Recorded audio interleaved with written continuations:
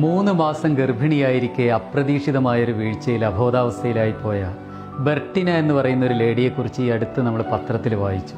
അവരെ തിരിച്ചു കൊണ്ടുവരാൻ ഡോക്ടർമാർ പരിശ്രമിക്കുമ്പോൾ കുഞ്ഞിൻ്റെ കാര്യത്തിൽ ആർക്കും യാതൊരു പ്രതീക്ഷയുമില്ല. കുഞ്ഞ് അബോർഷനാവുമെന്ന് ഉറപ്പാണ്. എന്നാൽ 6ാമത്തെ മാസത്തെ സ്കാനിംഗ് റിപ്പോർട്ട് വന്നപ്പോൾ എല്ലാവരെയും അത്ഭുതപ്പെടുത്തിക്കൊണ്ട് കുഞ്ഞ് പൂർണ്ണ ആരോഗ്യത്തോടു കൂടിയിരിക്കുന്നു. ഏതാനും മാസങ്ങൾക്ക് ശേഷം സിസേറിയനിലൂടെ ആ കുട്ടിയെ പുറത്തെടുത്തപ്പോൾ അതുവരെ കണ്ണുകൾ പോലും ചലിപ്പിക്കാൻ പറ്റാതെ അബോധാവസ്ഥയിൽ വെന്റിലേറ്ററിൽ കഴിഞ്ഞിരുന്ന ആ അമ്മ കുഞ്ഞിൻ്റെ ആദ്യ കരച്ചിൽ കേട്ട നിമിഷം കണ്ണുകൾ തുറന്നു. ഈ കുഞ്ഞിനെ അവരുടെ മാറോട് ചേർത്തി കിടത്തിയപ്പോൾ 2 കൈകൾ കൊണ്ടും ആ കുഞ്ഞിനെ ഇങ്ങനെ വാരിപ്പുണർന്നു. ക്രമേണ അവർ എണീറ്റ് നടക്കാനും സാധാരണ ജീവിതത്തിലേക്കും വന്നു എന്ന് പ്രിയമുള്ളവരെ, സ്നേഹം, ക്ഷമ, കാരുണ്യം, ആർദ്രത, സഹനം, ഷെയറിംഗ്, കാത്തിരിപ്പ്, പ്രൊട്ടക്ഷൻ തുടങ്ങി ഈ ഭൂമിയിലെ സകലമാന നന്മകളുടെയും പ്രഭവ കേന്ദ്രമായിട്ടുള്ള നമ്മുടെ പ്രിയപ്പെട്ട അമ്മയെക്കുറിച്ച് നമുക്ക് അല്പം ചിന്തിക്കാം. ഒരമ്മയ്ക്ക് 2 കണ്ണുമില്ലാത്ത ഒരു കുഞ്ഞ് ജനിച്ചു. മറ്റു കുട്ടികളോടൊത്ത് അവൻ കളിച്ചുകൊണ്ടിരിക്കുമ്പോൾ പൊട്ടക്കണ്ണ എന്നുള്ള അവനെ കളിയാക്കൽ വിളി കേട്ട് സഹിക്കാനാവാതെ അമ്മ നേരെ ഗ്രൗണ്ടിലേക്ക് ചെന്നു.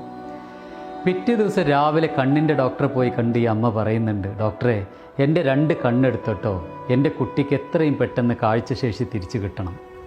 അത്ഭുതത്തോടെ ഡോക്ടർ തിരിച്ചു ചോദിക്കുന്നുണ്ട്, അമ്മേ, നിങ്ങൾക്ക് 2 കണ്ണില്ലേ, ഒരു കണ്ണ് കൊടുത്താൽ പോരെ, നിങ്ങൾക്കും നിങ്ങളുടെ മകനും കാണാലോ.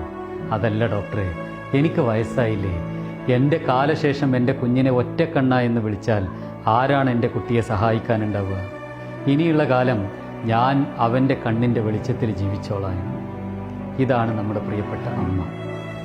ജപ്പാനിൽ ഭൂകമ്പം നടന്ന സ്ഥലത്ത് ഒരു സ്ത്രീ ഇങ്ങനെ കമിഴ്ന്ന് കിടന്ന് പ്രാർത്ഥിച്ചു കൊണ്ടിരിക്കുകയാണ്, സുജൂദിലെന്ന പോലെ. രക്ഷാപ്രവർത്തകർ അവരെ ശല്യപ്പെടുത്താതെ ഇങ്ങനെ നടന്നു പോയിക്കൊണ്ടിരിക്കുന്നുണ്ട്.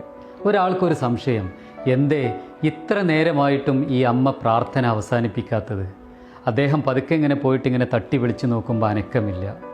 ബോഡി ഇങ്ങനെ പൊന്തിച്ചു നോക്കുമ്പോൾ തലയുടെ ഒരു ഭാഗം തകർന്നു പോയി, അവരെപ്പോഴോ മരണപ്പെട്ടിരിക്കുന്നു.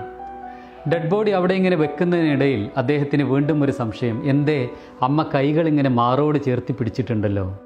ഒരു കമ്പിളിപ്പതപ്പിൽ ഒരു ചോര പൈതൽ ജീവനോടെ അമ്മയുടെ നെഞ്ചോട് ചേർന്ന് കിടക്കുന്നുണ്ട്. കുഞ്ഞിനെ രക്ഷിക്കാനുള്ള ഭൂകമ്പത്തിനിടയിലുള്ള വെപ്രാളത്തിൽ സ്വയം ജീവത്യാഗം ചെയ്തതാണ് ആ അമ്മ. എത്രയോ രാത്രികളിൽ നമുക്ക് വേണ്ടി ഉറക്കമൊഴിച്ച് കാവലിരുന്ന, എത്രയോ ഇഷ്ടപ്പെട്ട വിഭവങ്ങളും വിനോദങ്ങളും യാത്രകളും നമുക്ക് വേണ്ടി മാറ്റിവെച്ച നമ്മുടെ പ്രിയപ്പെട്ട അമ്മയ്ക്ക് വേണ്ടി ഈ ജന്മത്തിൽ എന്താണ് പ്രത്യുപകാരമായി നാം കരുതി വച്ചിരിക്കുന്നത്? എൻ്റെ പരിശീലന ക്ലാസ്സുകളിൽ പങ്കെടുക്കുന്ന പല കുട്ടികളുടെയും അച്ഛന്മാർ വിദേശത്തായിരിക്കും. ഞാൻ അവരോട് ചോദിക്കാറുണ്ട്, നിങ്ങൾ ഇന്നലകളിൽ പരിചയപ്പെട്ട നിങ്ങളുടെ പ്രിയപ്പെട്ട കൂട്ടുകാരനെ, കൂട്ടുകാരിയെ ഒറ്റ ദിവസം കാണാതായാൽ വാട്സപ്പിൽ മെസ്സേജ് അയക്കും, ഐ മിസ് യൂഡ എന്ന് പറഞ്ഞ്. എന്നാൽ ഒരുപക്ഷെ നിങ്ങൾ ജനിക്കുന്നതിന് മുമ്പേ വിദേശത്തേക്ക് പോവാൻ വിധിക്കപ്പെട്ട നിങ്ങളുടെ പ്രിയപ്പെട്ട അച്ഛനമ്മമാർ തമ്മിൽ എത്ര മിസ് ചെയ്തിരിക്കും, അതും അവരുടെ ഏറ്റവും നല്ല കാലത്ത്. നീ എന്നെ സ്നേഹിക്കുന്നുണ്ടെങ്കിൽ, എന്നെ കാണാൻ ആഗ്രഹിക്കുന്നുണ്ടെങ്കിൽ, എൻ്റെ അടുത്ത് വന്നിരിക്കാനും എൻ്റെ മടിയിൽ തലചായ്ച്ചുറങ്ങാനും മോഹിക്കുന്നുണ്ടെങ്കിൽ ഈ നിമിഷം തന്നെ എൻ്റെ അടുത്തേക്ക് വാ. ഞാൻ പോയി കഴിഞ്ഞാൽ എൻ്റെ പ്രിയപ്പെട്ട മകൾക്കതിന് കഴിയില്ലല്ലോ എന്നോർത്താണ് ഈ അമ്മയുടെ സങ്കടം. ഒളിച്ചോടിപ്പോയ ഒരു മകളെക്കുറിച്ച് ഓർത്ത് മരണക്കിടക്കയിൽ എഴുന്നേറ്റിരുന്ന് ഒരമ്മ കുറിച്ചിട്ട വരികളാണിത്. പ്രിയമുള്ളവരെ, ജീവിച്ചിരിക്കെ നമ്മുടെ പ്രിയപ്പെട്ട അമ്മമാരുടെ മുഖത്തൊരു പുഞ്ചിരി വിരിയിക്കാൻ കഴിയില്ലെങ്കിൽ പിന്നെ എന്താണ് ഈ ജന്മം കൊണ്ടൊരു ഫലം? ഞാൻ ഈ വീഡിയോ അമ്മമാരെ ജീവന തുല്യം സ്നേഹിക്കുന്ന എല്ലാ മക്കൾക്കും, ഈ ഭൂമിയിലെ സകലമാന നന്മകളുടെയും പ്രഭവ കേന്ദ്രങ്ങളായിട്ടുള്ള എല്ലാ അമ്മമാർക്കും സാദരം സമർപ്പിക്കുന്നു.